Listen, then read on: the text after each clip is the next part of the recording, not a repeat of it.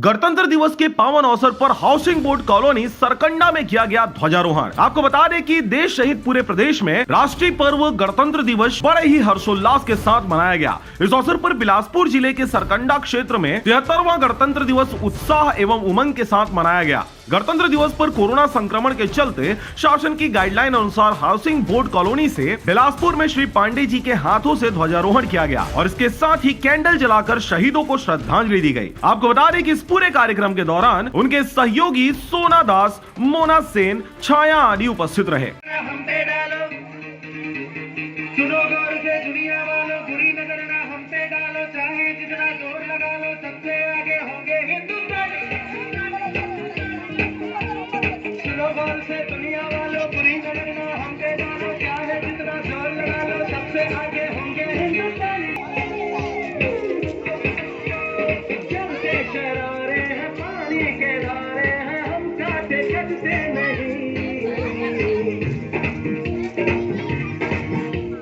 बिलासपुर से विनीता जोशी की report, RJ रमझाझर।